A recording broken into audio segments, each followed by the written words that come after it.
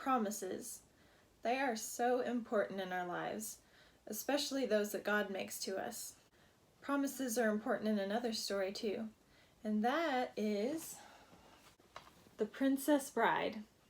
Hi everyone, and welcome to my second ever video devotional. I'm so glad you joined me, and I want to take a moment to thank everybody who watched my last video and everyone who liked it, left comments, or gave feedback. I appreciate it so much, and I'm so excited to share the second one with you. Last time I talked about a fairy tale, so I figured it'd be nice to stay on that theme for a bit. This time I want to talk about a slightly different kind of fairy tale. The Princess Bride is an American novel that was written by William Goldman in 1973. It was later made into a movie in 1987. William Goldman originally wrote this story for his two young daughters, and when he asked them what they wanted it to be about, one said a princess and the other said a bride, and that's how he decided on the title. I think that's really sweet. And so we have Princess Buttercup. She starts as a farm girl who falls in love with a farmhand named Wesley. The two get engaged, and Wesley sails away to earn money so they can get married. Well, long story short, his ship gets attacked by a scary and notorious pirate.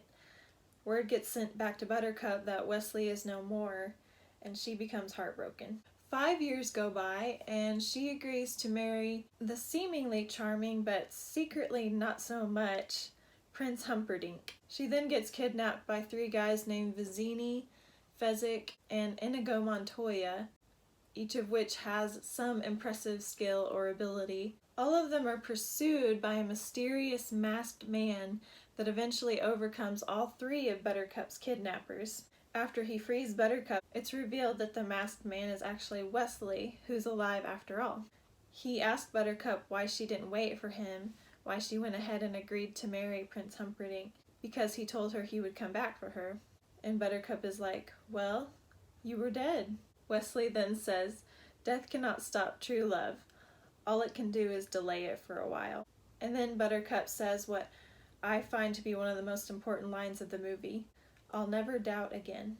In the Bible, we find another woman who is both a princess and a bride. She was also made a promise by someone, a promise that required faith to believe and not doubt it. This person is a famous woman from the Old Testament named Sarah, who was married to Abraham, hence a bride, and whose name actually means princess. Part of her story is told in Genesis 18. In verse 10, the Lord makes a promise to Abraham that in the near future, he and Sarah are going to have a son. Sarah believes she's too old to have children, so when she overhears this, she laughs to herself. The Lord then asks Abraham, "Why did Sarah laugh? Is anything too hard for the Lord?" And he repeats the promise that at the time appointed, he will return unto her and Sarah will have a son. So Sarah is left to choose if she's going to believe this promise or doubt it in the meantime. Much like Buttercup is left to choose if she's going to believe that Wesley will come for her. After he saves her from her kidnappers, the two attempt a dramatic escape from the pursuing horsemen of Prince Humperdinck by journeying through the fire swamp, a deadly place known for its three terrors: the flame spurts, the lightning sand, and the ROUSs, rodents of unusual size. Wesley battles all of these to keep Buttercup safe, and the two eventually make it out of the fire swamp. Even so, Prince Humperdinck eventually reclaims Buttercup and captures Wesley, sending him off to the pit of despair. Despite all this, Buttercup doesn't lose hope. Even when the secretly treacherous prince questions her, "Are you sure Wesley still wants you?" Buttercup replies, "My Wesley will always come for me." And he eventually does. Though it takes a miracle or several, Wesley eventually returns and rescues her from Humperdinck, and the two gallop off into the sunset. This is a great picture of how the Lord fulfills his promises. We see his promise to Sarah fulfilled in Genesis 21:1, which says, "And the Lord visited Sarah as he had said, and the Lord did unto Sarah as he had spoken."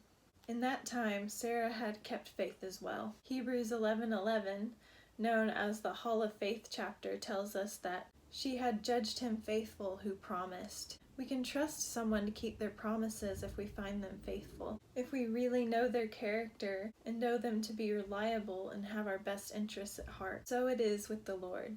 He is always reliable, and He always has our best interests at heart. Though you may be walking through a fire swamp of your own with flame spurts and quicksand and fears jumping out at you like ROUSs, faith can lead us to trust God even in that place. Hebrews 11:34 says that it was through faith that people in the Bible subdued kingdoms, wrought righteousness, obtained promises, stopped the mouths of lions, quenched the violence of fire, escaped the edge of the sword, out of weakness were made strong, waxed valiant in fight, and so many other things. Faith can help us do that.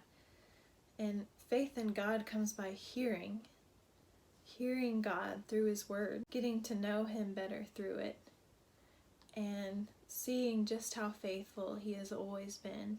Thank you so much again for joining me. I want to give a special shout out to my husband, my family, my church family, my friends, my coworkers, and all the SaltLight Studio fans. You all are truly a blessing to me, and I'm thankful for each and every one of you. See you next time.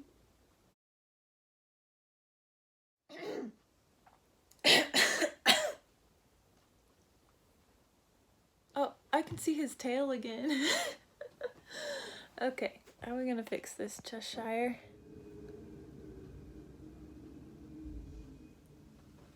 Oh, that's the dump truck.